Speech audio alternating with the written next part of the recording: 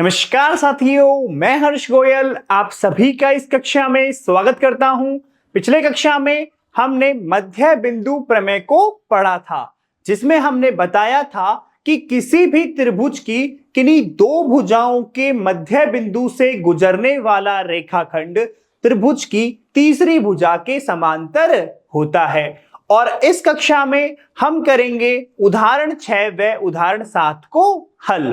तो चलिए बच्चों, स्टार्ट करते हैं आपका उदाहरण नंबर 6। तो त्रिभुज एबीसी में डी, ई और एफ क्रमशः भुजाओं AB, BC और CA के क्या है, मध्य बिंदु हैं। तो आपके जो DEF हैं, ये देखो, AB का मध्य बिंदु हो गया आपका D, AC का मध्य बिंदु हो गया F और BC का मध्य बिंदु हो गया आपका यहां पर E। और देखिए, दर्शाइए कि बिंदुओं D, E और F को मिलाने पर त्रिभुज ABC 4 सर्वांगसम त्रिभुजों में विभाजित हो जाता है। अर्थात जब हम इन मध्य बिंदुओं को मिला देंगे तो हमारा त्रिभुज ABC 4 सर्वांगसम त्रिभुजों, ये आपका पहला, ये दूसरा, तीसरा, चौथा, तो ये 4 सर्वांगसम त्रिभुजों में विभाजित हो जाता है।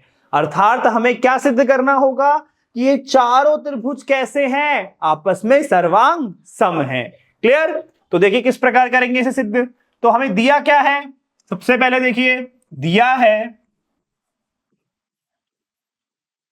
क्या दिया गया है हमारे पास कि त्रिभुज एबीसी में डी, ई और एफ क्रमशः भुजाओं AB, BC व CA के मध्य बिंदु हैं। तो हमें दिया है कि डी, ई और एफ त्रिभुज ABC में डी, ई व एफ क्रमशः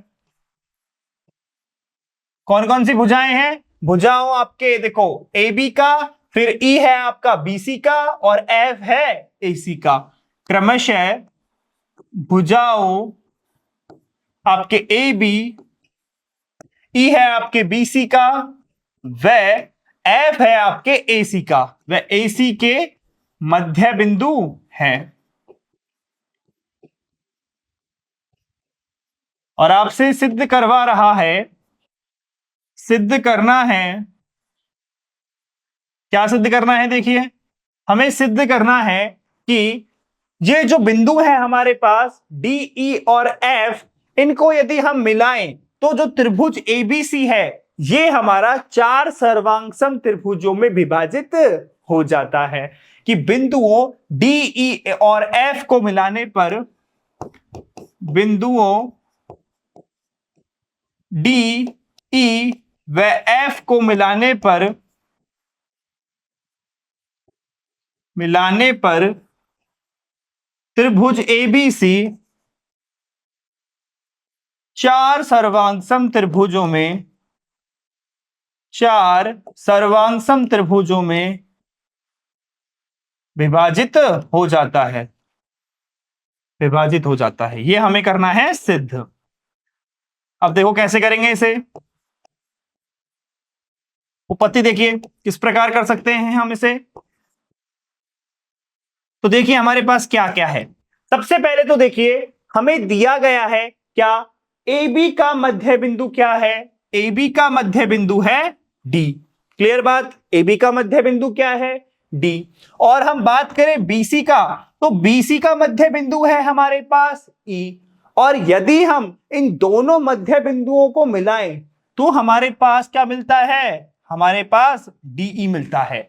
तो आप मुझे बताओ कि किसी भी त्रिभुज की दो भुजाओं के मध्य बिंदुओं को मिलाने वाला रेखाखंड, मतलब ये जो DE है ये आपके किसके समांतर होगा, ये हमारे त्रिभुज की तीसरी भुजा के समांतर होता है।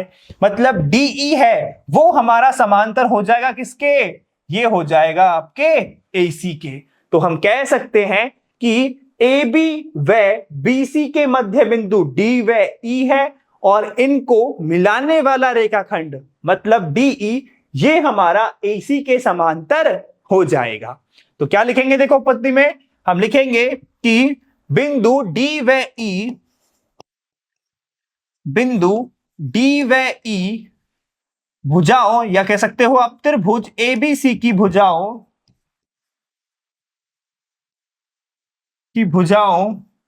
ए बी व बीसी के मध्य बिंदु हैं।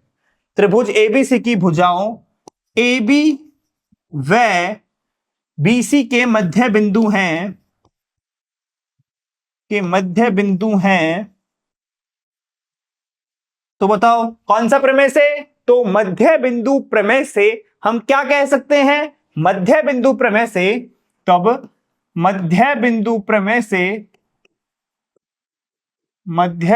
प्रमेय से क्या हो जाएगा? इन दोनों मध्य बिंदुओं को मिलाने वाला रेखाखंड, मतलब ये जो DE है, ये हमारा किसके समांतर हो जाएगा? ये हो जाएगा हमारे AC के समांतर।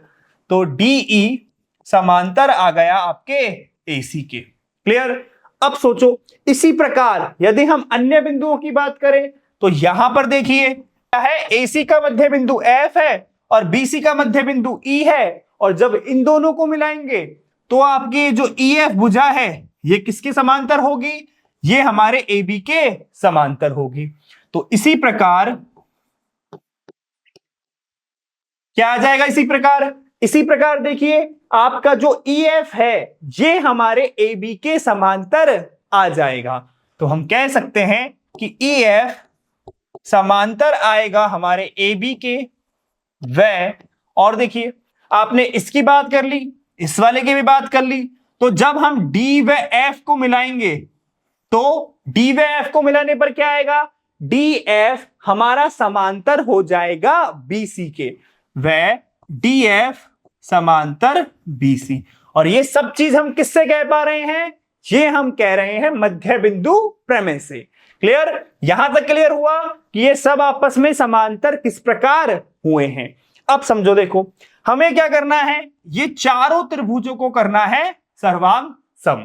अब देखो इन चारों त्रिभुजों में यदि हम चतुर्भुज की बात करें तो एक चतुर्भुज तो हमारे पास ये आ गया। देखो सबको दिख रहा है चतुर्भुज? कौन सा चतुर्भुज है ये हमारा? ये है हमारा BEFD चतुर्भुज। कौन सा चतुर्भुज? BEFD चतुर्भुज। तो इस चतुर्भुज की यदि हम बात करें तो समझो, देखो तो हम क्या कर रहे हैं, हम बात कर रहे हैं चतुर्भुज BEFD में। तो चतुर्भुज BEFD में देखिए इस चतुर्भुज में हम क्या कह सकते हैं?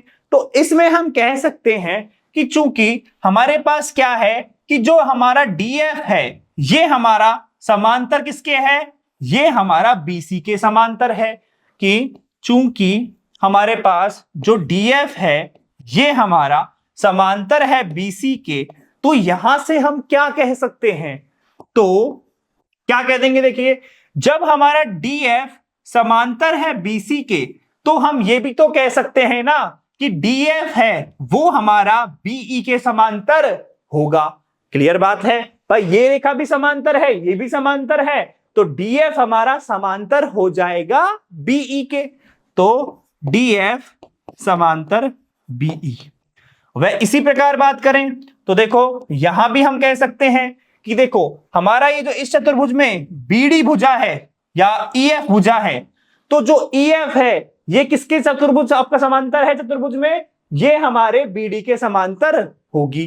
क्यों होगी? देखो ये जो EF है ये हमारे पास AB के समांतर है, तो जब EF AB के समांतर है तो वो हमारी BD के समांतर भी होगी। तो हम कह सकते हैं कि चूंकि EF है वो हमारा समांतर है AB के, तो क्या आ जाएगा यहां से EF समांतर है AB, तो EF समांतर होगा BD। EF समांतर होगा BD। इसे मान लीजिए समीकरण 1, इसे मान लीजिए समीकरण 2। तो अब आप समीकरण 1 व 2 से क्या कह सकते हैं? हम कह देंगे कि समीकरण 1 व 2 से क्या कह देंगे हम कि देखो ये जो भुजा है वो इसके समांतर है और ये जो भुजा है वो हमारी इसके समांतर है। तो अब आप मुझे बताओ, यदि किसी चतुर्भुज की सम्मुख भुजाएं समांतर है तो वह हमारा चतुर्भुज कैसा होता है? वह समांतर चतुर्भुज होता है। इसका मतलब ये जो चतुर्भुज है ये कैसा हो जाएगा? समांतर चतुर्भुज हो गया। तो हम क्या कह सकते हैं, तो समीकरण 1 व 2 से, तो समीकरण 1 व 2 से क्या कह सकते हैं हम कह सकते हैं कि चूंकि ये समांतर इसके है, ये इसके समांतर है, मतलब चतुर्भुज BEFD की सम्मुख भुजाएं समांतर है। तो कह सकते हैं कि चतुर्भुज BFED की सम्मुख भुजाएं समांतर है, सम्मुख भुजाएं समांतर है। अतः क्या हो जाएगा, अतः ये जो चतुर्भुज है हमारा, ये किस प्रकार का चतुर्भुज हो गया, अतः चतुर्भुज BFED एक समांतर चतुर्भुज है। कैसा है बच्चों ये हमारा एक समांतर चतुर्भुज है। अब समझो, देखो ये हमारा हो गया समांतर चतुर्भुज। तो अब क्या कह सकते हैं, तो समांतर चतुर्भुज जैसे ये हमारा हुआ, अब समांतर चतुर्भुज की सम्मुख भुजाएं कैसी होती हैं, सम्मुख भुजाएं बराबर होती हैं। अब समझो, देखो ये जो चतुर्भुज है और हमने यदि इसमें विकर्ण DE खींच दिया तो ये चतुर्भुज हमारा दो त्रिभुजों में विभक्त हो गया। और वो दो त्रिभुज कैसे हैं, वो दोनों त्रिभुज हमारे ये दोनों हो गए। तो हम क्या करेंगे, हम कहेंगे कि चतुर्भुज में जो हमारा DE है ये इसे दो त्रिभुजों में विभक्त करता है। तो विकर्ण DE चतुर्भुज, विकर्ण DE चतुर्भुज BFED को दो त्रिभुजों में विभक्त करता है। दो त्रिभुजों, कौन कौन से दो त्रिभुज हैं, दो त्रिभुजों, एक तो हो गया BDE, कौन सा हो गया, एक तो हो गया त्रिभुज BDE, व एक कौन सा त्रिभुज हो गया, देखो एक हो गया BDE, एक हो जाएगा FDE। तो त्रिभुज FDE में विभक्त करता है, तो क्या हो जाएगा, देखो चतुर्भुज का ये जो आपका विकर्ण था, इसने आपको चतुर्भुज को दो त्रिभुजों में विभक्त कर दिया। तो अब यदि हम इन दोनों त्रिभुजों को सर्वांगसम सिद्ध करेंगे, किस प्रकार करेंगे, तो देखिए हम ले रहे हैं त्रिभुज, एक तो कौन सा है BDE, वह दूसरा त्रिभुज है हमारे पास FDE में, और हमारे पास समांतर चतुर्भुज कौन सा है, ये देखो कौन सा है BEFD, ये हमारे पास एक समांतर चतुर्भुज है। तो देखो क्या करेंगे, एक त्रिभुज ये है, एक त्रिभुज ये है, ये जो आपकी BE भुजा है ये हमारी बराबर है DF भुजा के। क्या है, BE जो है हमारे पास वो हमारी DF के बराबर है।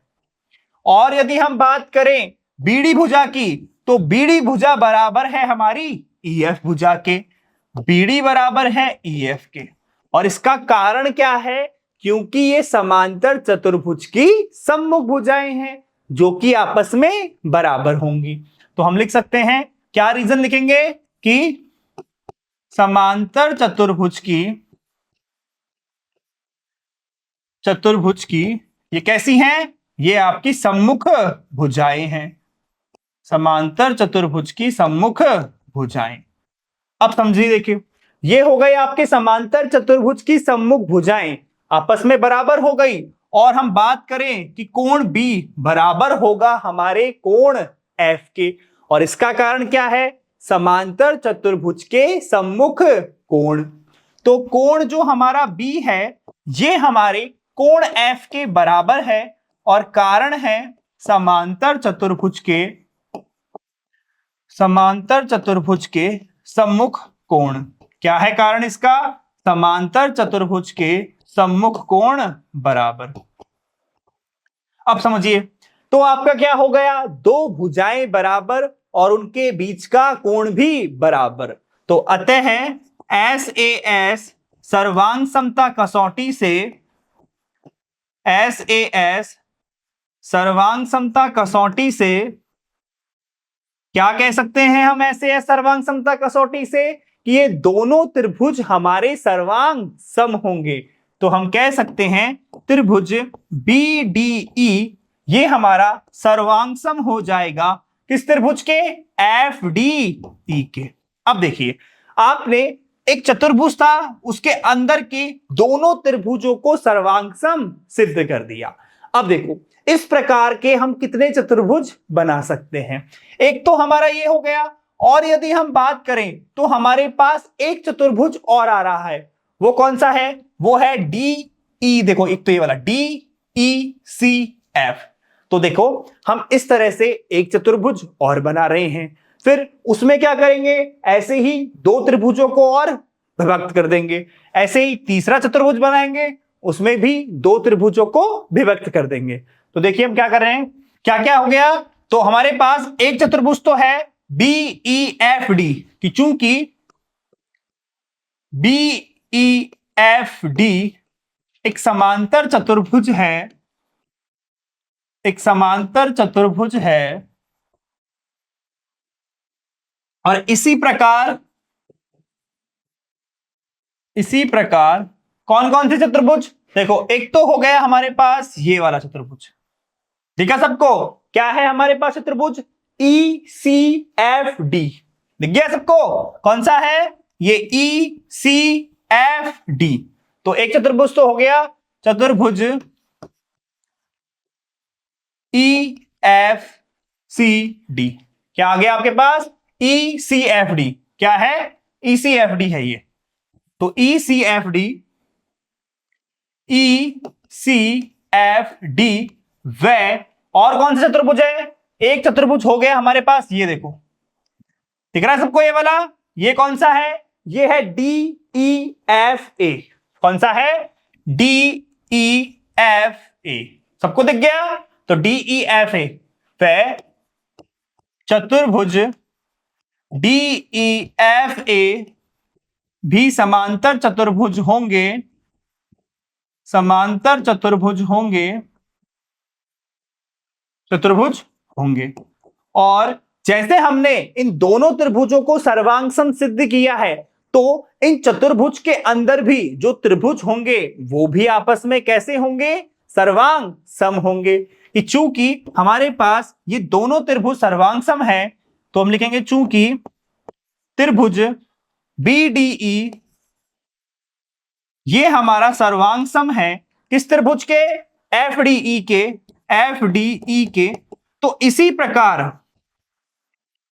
जो बाकी के दो त्रिभुज होंगे अलग अलग चतुर्भुज में, वो भी कैसे होंगे, सर्वांग सम होंगे।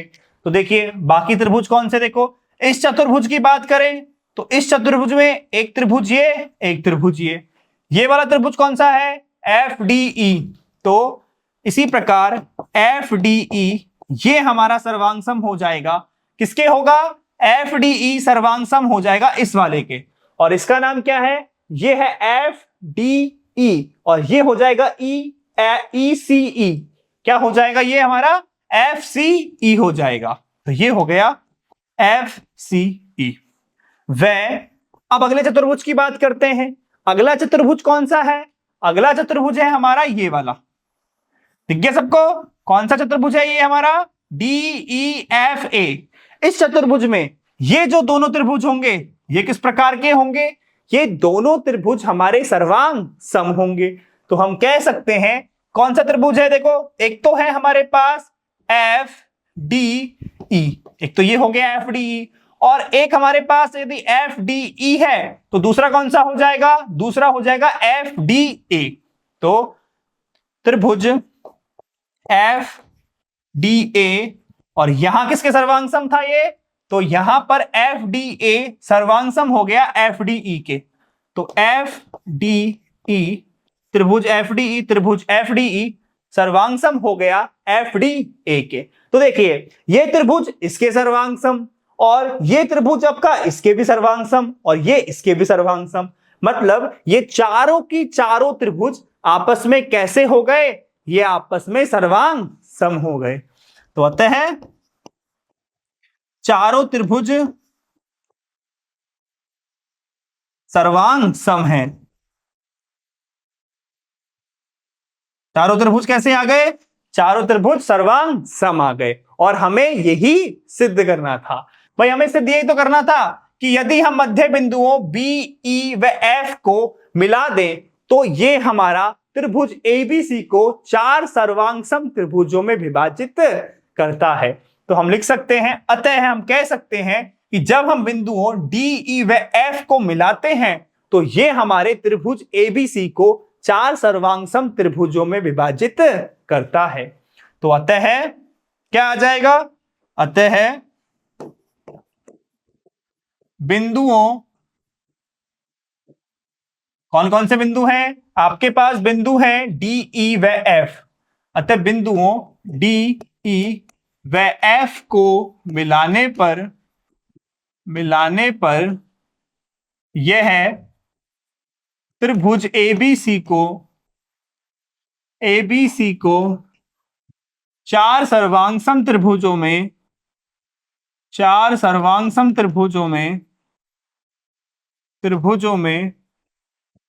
विभक्त करता है। क्या करता है? 4 सर्वांग सम त्रिभुजों में विभक्त करता है। और ये हो गया हमारा यहां पर सिद्ध। ठीक है बच्चों, सभी को समझ में आ गया किस प्रकार हमने इसे सिद्ध किया है? ठीक है, अब करते हैं हम इसका अगला उदाहरण। तो अगला उदाहरण है हमारे पास 7। क्या कह रहा है कि एल, एम और एन 3 समांतर रेखाएं हैं जो त्रियक रेखाओं पी और क्यू द्वारा इस प्रकार प्रतिच्छेद है कि एल, एम और एन रेखा पी पर समान अंतःखंड ए बी और बी सी काटती है। तो इसका मतलब क्या हुआ? समान अंतःखंड ए बी और बी सी काटने का मतलब ए बी बराबर बी सी का। तो देखिए आपके पास 3 रेखाएं हैं, एक हो गई आपकी एल, एक एम व तीसरी हो गई एन। तीनों किस प्रकार की रेखाएं हैं? तीनों समांतर रेखाएं हैं। और जब इन्हें हम त्रियक से काटते हैं पी से, तो ये क्या हो रहा है? ए बी सी 3 बिंदुओं पर काट रही है। और किस प्रकार काट रही है कि ये जो हमारा ए बी है ये किसके बराबर है? बी सी के बराबर। क्योंकि देखो इसने लिख रखा है पी पर समान अंतःखंड ए बी और बी सी काटती है, मतलब हमारा ए बी बराबर हो जाएगा बी सी के। तो दिया है, क्या दिया गया है कि L समांतर है M समांतर है N व AB बराबर है BC के। और सिद्ध क्या करना है? देखो सिद्ध करना है, क्या सिद्ध करना है आपको? देखो सिद्ध क्या करना है कि दर्शाइए कि L, M और N रेखा Q पर भी समान अंतःखंड DE और EF काटती है। मतलब हमें DE को EF के बराबर सिद्ध करना होगा। तो हमें सिद्ध करना है DE बराबर EF, DE बराबर EF। तो देखिए किस प्रकार करेंगे इसे।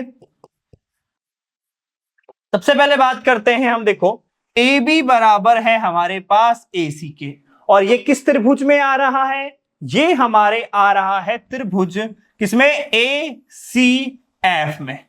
किस त्रिभुज में आ रहा है? त्रिभुज ACF में। तो देखिए, और चूंकि AB आपका बराबर है AC के, तो हम क्या कह सकते हैं? हम कह सकते हैं कि जो बिंदु B है ये हमारे AC का मध्य बिंदु है। तो हम कह देंगे कि बिंदु B AC का मध्य बिंदु है, AC का मध्य बिंदु है। और कारण क्या है? AB बराबर AC हमारे पास दिया है, AB बराबर BC दिया गया है। तो हम कह सकते हैं कि B हमारे AC का मध्य बिंदु होगा। अब समझिए, देखो यदि हम बात करें त्रिभुज ACF में, क्या है? त्रिभुज ACF में, तो AC का मध्य बिंदु तो हो गया B, बिल्कुल क्लियर बात है, AC का मध्य बिंदु B हो गया। और यदि आप बात करो तो ये जो BG भुजा है ये हमारी समांतर होगी CF के। अब आप कहोगे सर कि BG समांतर CF कैसे हो जाएगी? तो समझिए, चूंकि हमारा M जो है वो समांतर है N के, भाई जो M रेखा है वो समांतर है N के, तो इस प्रकार हम कह सकते हैं कि जो BG होगा वो हमारा समांतर होगा CF के। क्लियर? तो हम क्या कहेंगे कि त्रिभुज ACF में एक तो हमने कह दिया कि बिंदु B AC का मध्य बिंदु है, और एक हम कह रहे हैं कि BG समांतर है CF के। तो देखिए यहां लिख लीजिए कि बिंदु B AC का मध्य बिंदु है, AC का मध्य बिंदु है, और क्या है हमारे पास, BG समांतर है CF के, BG समांतर है CF के। और इसका कारण क्या है? इसका कारण है क्योंकि जो M रेखा है वो हमारी समांतर है N के। तो आप याद कीजिए हमने एक प्रमेय पढ़ा था।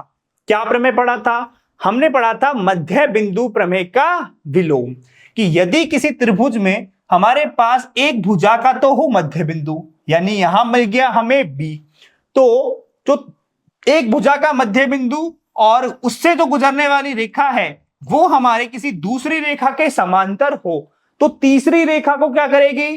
तीसरी रेखा को वो मध्य बिंदु पर विभक्त करेगी, मतलब बराबर भागों में बांटेगी। मतलब G क्या हो जाएगा? इस AF का मध्य बिंदु हो जाएगा। तो हम कह सकते हैं, क्या कह देंगे? मध्य बिंदु प्रमेय का विलोम से मध्य बिंदु प्रमेय के विलोम से क्या कह सकते हैं? देखो इससे हम कह सकते हैं, देखो क्या हो गया कि हमारा जो AB है इसका मध्य बिंदु है B, और इससे जो हम रेखा गुजार रहे हैं BG, ये हमारे त्रिभुज की दूसरी भुजा के समांतर है। तो इसकी जो तीसरी भुजा होगी इसे क्या करेगा? ये जो G है ये इसका मध्य बिंदु होगा। क्लियर? तो अतः मध्य बिंदु प्रमेय के विलोम से हम कह सकते हैं कि G हमारे AF का मध्य बिंदु होगा। G AF का मध्य बिंदु होगा। हो गया मध्य बिंदु G AF का। अब समझिए, देखो तो हमने कह दिया कि G AF का मध्य बिंदु होगा। अब यदि हम बात करें किस त्रिभुज में, हम बात कर रहे हैं इस वाले त्रिभुज में। कौन सा है ये? AFD। तो अब त्रिभुज AFD में अब समझिए, देखो इस त्रिभुज में हम क्या कह सकते हैं? इस त्रिभुज में हम कह सकते हैं कि हमारे पास एक भुजा है AF जिसका G क्या है? मध्य बिंदु है। क्लियर बात? G क्या है? मध्य बिंदु। और इससे जो भुजा जा रही है GE, वो हमारी समांतर है त्रिभुज की अन्य भुजा, दूसरी भुजा AD के। भाई ये मध्य बिंदु हो गया G, GE है वो AD के समांतर है। उसका कारण है क्योंकि L रेखा M के समांतर है, तो AD हमारा समांतर होगा GE के। तो हम कह सकते हैं कि बिंदु G AF का मध्य बिंदु है, बिंदु G AF का मध्य बिंदु है, मध्य बिंदु है। और ये हम कहां से कह रहे हैं? हम इससे कह रहे हैं। मान लीजिए ये हमने समीकरण नंबर 1 डाल दिया, समीकरण 1 नहीं तो इसे कथन 1 मान लो, जो भी मानो, तो हमने ये उससे कह दिया। क्या कहा है हमने ये 1 से कहा है। क्लियर? तो अब समझो, देखो क्या आ गया। जब हमारे पास GAF का मध्य बिंदु है तो हम कह सकते हैं कि GE हमारा AD के समांतर होगा, GE समांतर AD। और ये हम कहां से कह रहे हैं? क्योंकि हमारा जो L रेखा है वो हमारी M के समांतर है, तो यहां से हमारा GE समांतर होगा AD के।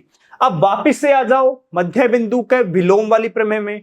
क्या है कि यदि किसी त्रिभुज की भुजाओं का जो मध्य बिंदु है और ये समांतर रेखा इसके समांतर आ गई, तो ये जो तीसरी भुजा होगी ये इसका मध्य बिंदु हो जाएगा, अर्थात E है वो हमारे DF का मध्य बिंदु हो जाएगा।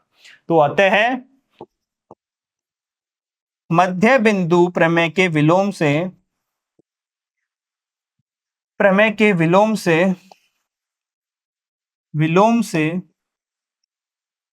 क्या कह सकते हैं हम कह सकते हैं कि बिंदु E DF का मध्य बिंदु है, बिंदु E DF का मध्य बिंदु है, बिंदु E DF का मध्य बिंदु है। क्या है ये इसका मध्य बिंदु है। और जैसे ही हमने ये कहा, हमें सिद्ध क्या करना था? हमने सिद्ध करना था कि जो DE है ये बराबर होगा हमारे EF के। तो यदि आपका E DF का मध्य बिंदु है तो इसका मतलब क्या हुआ कि जो DE है ये हमारा बराबर हो गया EF के। ठीक है, ये किसके बराबर हो गया? ये हमारा हो गया EF के बराबर। और यही करना था हमें सिद्ध। समझ में आ गया सभी को? यही क्या करना था बच्चों? हमें करना था सिद्ध। एक बार देखो, इसको दोबारा समझो, बहुत सरल प्रश्न है। क्या था और कैसे करना है ये चीज समझनी है। 3 रेखाएं दे रखी हैं, L समांतर M समांतर N और AB बराबर BC दिया गया है। सिद्ध करवा रहा है DE बराबर EF, क्योंकि समान अंतःखंड, यदि समान अंतःखंड AB व BC काटता है मतलब AB बराबर BC होगा। और ऐसे ही हमें सिद्ध करवा रहा था कि इधर समान अंतःखंड DE व EF काटेगा, अर्थात DE बराबर EF सिद्ध करना था। तो हमने क्या किया? देखो, यदि AB बराबर BC है तो B क्या है? AC का मध्य बिंदु है। क्लियर? और जो BG है वो समांतर हो गया CF के, क्योंकि M समांतर है N के। तो इन दोनों में हमने क्या यूज किया? हमने किया मध्य बिंदु प्रमेय का विलोम। कि त्रिभुज में यदि एक भुजा का मध्य बिंदु से जो रेखा गुजर रही है वो दूसरी के समांतर हो तो क्या होता है? ये जो G हो जाएगा वो इस AF का मध्य बिंदु हो जाएगा। तो यहां से आपका G AF का मध्य बिंदु हो गया। फिर हमने त्रिभुज ADF में लिया। क्या लिया? त्रिभुज AFD में। इसमें लिया कि भाई हमें दिया है बिंदु G AF का मध्य बिंदु है और GE हमारा AD के समांतर है। GE समांतर AD, रीजन क्या है? L समांतर है M के। तो यहां से वापस हमने मध्य बिंदु प्रमेय का विलोम लगाया और यहां से हमारे पास आ गया बिंदु E DF का मध्य बिंदु है, अर्थात हमारा DE बराबर हो जाएगा EF के। क्लियर बच्चों? सभी को समझ में आया किस प्रकार हमने ये सिद्ध किया है? तो बच्चों ये भाग करते हैं हम यहां पर समाप्त। इस भाग में हमने उदाहरण 6 व 7 को हल किया है। अब अगले भाग में हम प्रश्नावली 8.2 को शुरू करेंगे। तो मैं आशा करता हूं आप सभी को मेरी कक्षा अच्छी लगी होगी। मिलते हैं अगली कक्षा में, तब तक के लिए पढ़ते रहिए। बाय।